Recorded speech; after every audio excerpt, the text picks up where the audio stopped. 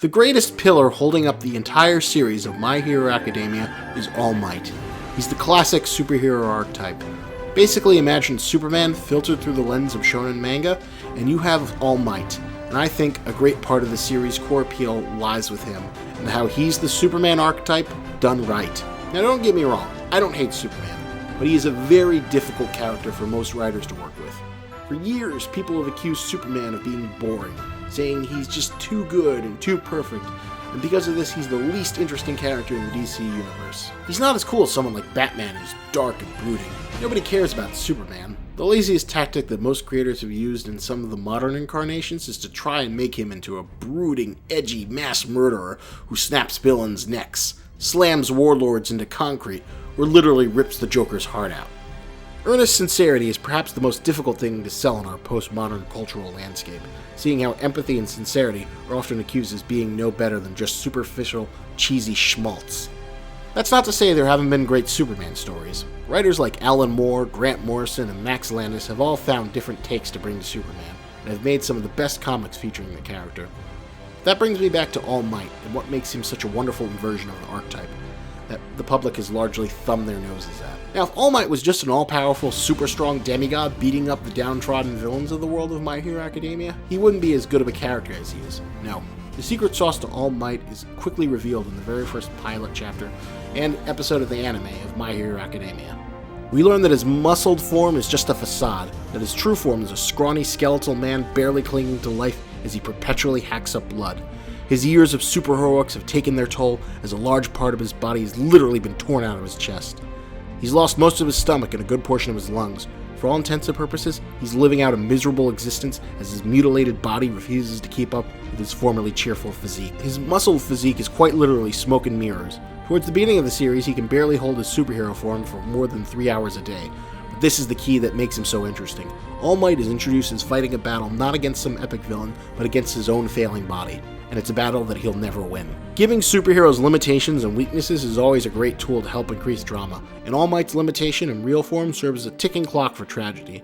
All Might's greatest strength and greatest weakness is the fact that he will never give up or back down. His inability to let go of his status as the symbol of peace means that he will always be fighting a battle against his own limitations and failing health. As a longtime fan of shonen manga, this is the aspect I find most endearing. Nothing gets me more hyped than when I get to see a character pushed beyond all of their physical limits.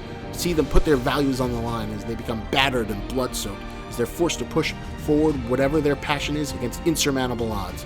It's something we see all the time in the genre, but only the really great manga authors are capable of pulling it off. But most of the time, we see the lasting consequences of an especially brutal bout taken away within a few seconds. A character can break all of their bones, sustain critical life-threatening injuries, but after a few bandages, they're fine and good to go. That's not the case with All Might. His power is one that is continuously fading. Being in action is painful, something that bears drastic consequences for him in the long run, as the time he can maintain his muscle form decreases with each strenuous bout.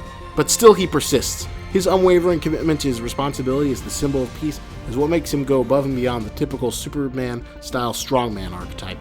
The fact that the same passion still brims within the dark hollow eyes of his skeletal form is what makes him such a beautifully tragic hero, as well as the best mentor figure you could ever ask for in a shonen manga. This all culminates in my favorite scene in the manga thus far. I can't wait to see Studio Bones animate this.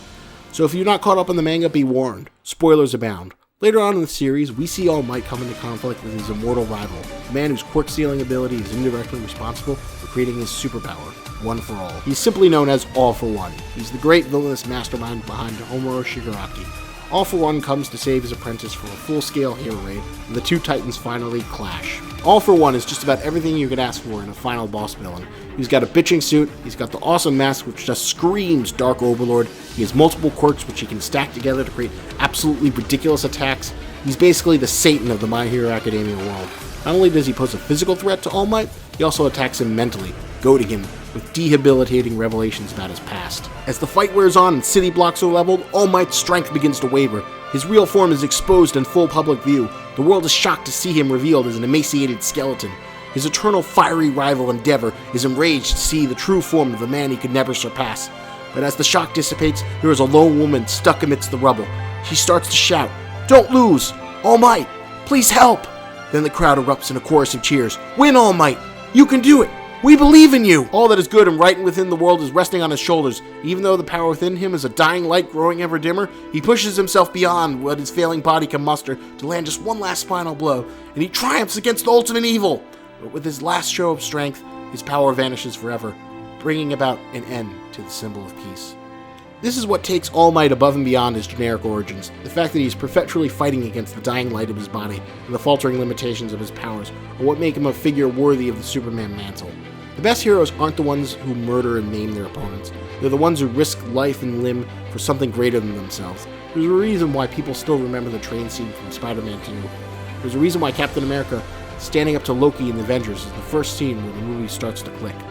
This is the ideal heroism that is not degraded by postmodern deconstructive cynicism, but the kind of heroism that, while unrealistic and often tragic when seen in the real world, serves as a greater ideal for our less than ideal selves to strive for. That is why All Might is the hero we deserve and the one we need. Hey guys, hope you enjoyed the video. Planning on doing much more of these essay videos in the future, and have a whole bunch of stuff I want to talk about. If you enjoyed this, please subscribe to the channel and leave a comment below. I also write my own love letter to shonen manga called Shonen King. You can check it out on Comixology in the link in the description. Look forward to seeing you guys in the next video.